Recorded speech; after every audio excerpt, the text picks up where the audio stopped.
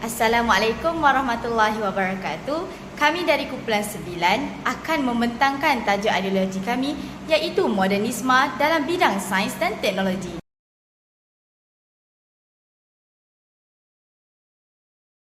Modernisme ini tercetus daripada warga barat yang ingin mengubah diri mereka daripada zaman kejatuhan dari segi ekonomi, sosial dan politik. Modernisme juga tersebar luas ke negara-negara selain negara barat yang mana ia dapat membantu mereka mengubah kehidupan mereka. Dari segi konsep modernisme pula, modernisme adalah gerakan falsafah yang mengikut perkembangan dan perubahan budaya dan muncul pada abad ke-19 dan awal abad ke-20.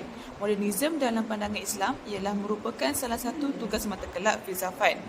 Moden dari kata Latin ialah baru saja atau just now telah membawa masuk mengenal pembahagian zaman dari zaman purba, zaman pertengahan dan zaman moden. Malah lebih penting mengacu kepada cara berfikir dan bertindak.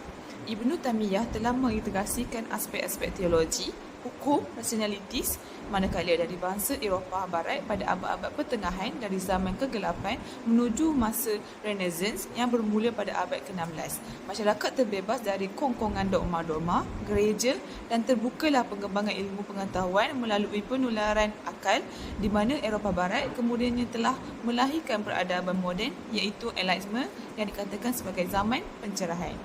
Tokoh-tokoh pendukung faham modernisme terdapat dua pengaruh. Pengaruh pertama itu intelektual barat iaitu Alfred Loisy, pemimpin intelektual gerakan modernisme dalam gereja Roman Katolik mencadangkan agar gereja haram menggunakan ketika moden namun gereja mengutuk janjinya. Yang kedua itu Mary Petrie, seorang Katolik Roman British, ahli komuniti agama wanita dan seorang yang tokoh termuka modernisme Katolik, memberikan perspektif yang unik tentang konfrontasi antara tradisi dan perubahan dalam agama Kristian, dan Charles Darwin teori evolusi menggambarkan kemajuan manusia sebagai hasil perjuangan, mengusulkan teori baru mengenai kehidupan yang mengandungi falsafah materialis.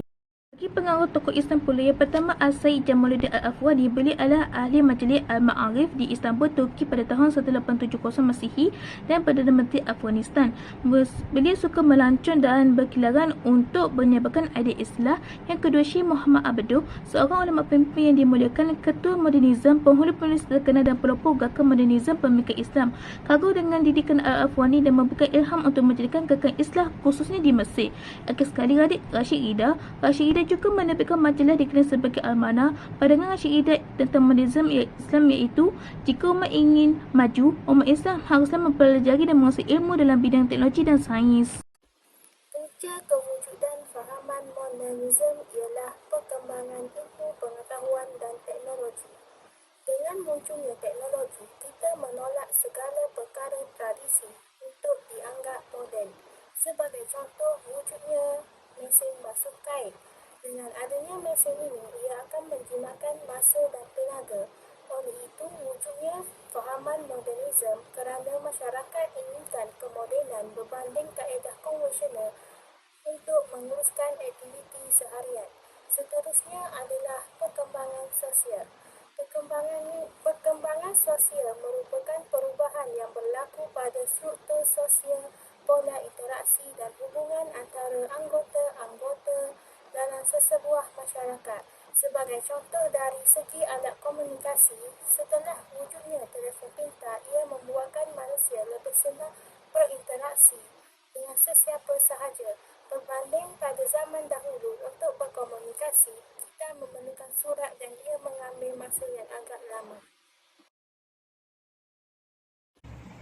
Baiklah semua, berkaitan dengan titik permulaan kewujudan penetrasi fahaman modernisme di Malaysia adalah disebabkan oleh pergerakan modernisme yang menimbulkan transformasi dalam kalangan masyarakat barat pada akhir abad ke-19.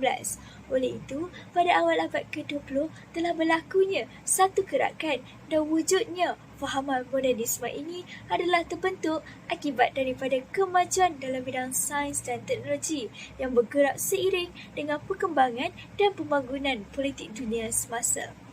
Penyebab berlakunya kemajuan teknologi sains ini adalah disebabkan oleh perkembangan sejarah barat yang memberi kesan dan mendorong kepada fahaman modernisme terhadap masyarakat di seluruh dunia dan masih diamalkan sehingga pada era kali ini.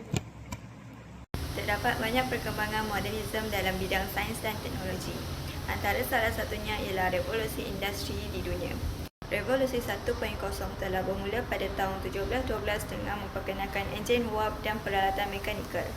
Seterusnya, Revolusi 2.0 iaitu pada tahun 1870 telah terciptanya elektrik dan mencetuskan pengeluaran secara besar-besaran.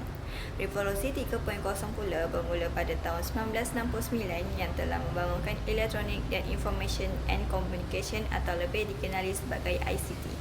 Akhir sekali, Revolusi 4.0 yang akan bermula pada masa kini dan akan datang akan terciptanya robotik autonomi, teknologi peranti pintar, Internet of Things dan analisis data besar Big Data. Seterusnya ialah isu semasa yang berkaitan dengan modernisme. Berikut merupakan beberapa keratan akhbar yang berkaitan dengan modernisme dalam bidang sains dan teknologi. Yang pertama ialah WEF, senarai 10 teknologi berpotensi. Terdapat 4 kriteria yang mereka mengambil kira iaitu baharu, kebolehgunaan, aspek menyeluruh dan kuasa. Antara contoh-contoh teknologi yang berpotensi tinggi ialah elektronik saraf yang fleksibel, pengkomputeran mampan, penjagaan kesihatan melalui AI dan spatial omics. Kedua ialah Malaysia muncul hub teknologi inovasi dinamik.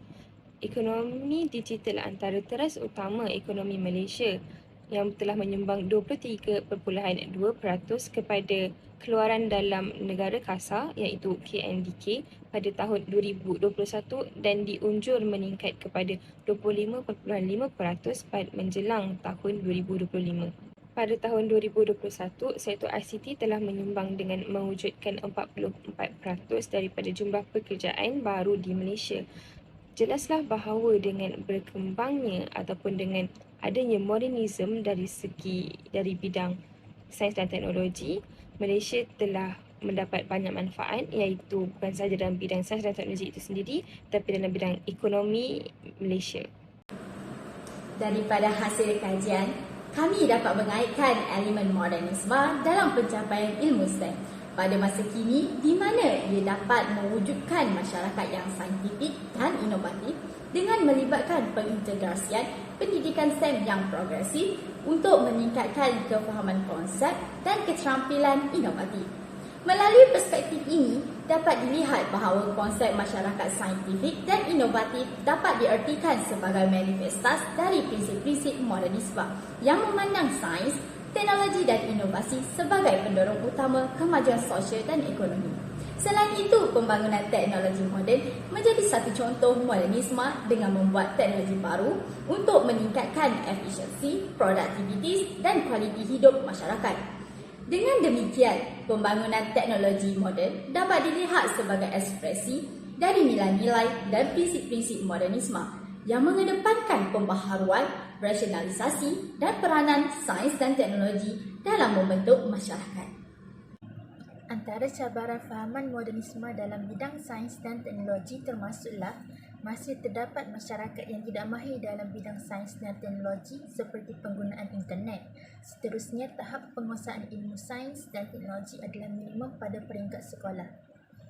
Implikasi fahaman modernisme ialah produktiviti dan kemampuan masyarakat dapat ditingkatkan, skop pendidikan dan penyelidikan dapat diperluas dan akhir sekali penambahbaikan kesihatan dan keselamatan masyarakat dapat ditingkatkan.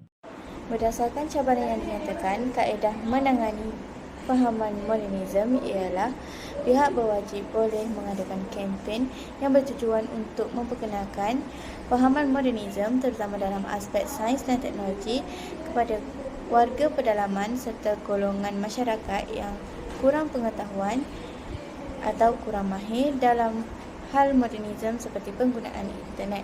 Selain itu, pihak kerajaan boleh menerapkan fahaman modernisme ke dalam pendidikan golongan belia. Sebagai contoh, memperkenalkan subjek-subjek berkaitan sains dan teknologi sebagai mata pelajaran asas bagi melahirkan belia yang cerdik IT. Akhir sekali, kesimpulan yang kita boleh perolehi dari fahaman modernisme ini adalah pertama sekali membawa ke arah kemajuan yang memberi 1001 kebaikan dalam sektor pembangunan berdasarkan perspektif setiap individu. Seterusnya, berkembang mengikut kesesuaian masa dengan pelbagai cabaran dan alternatif yang diambil.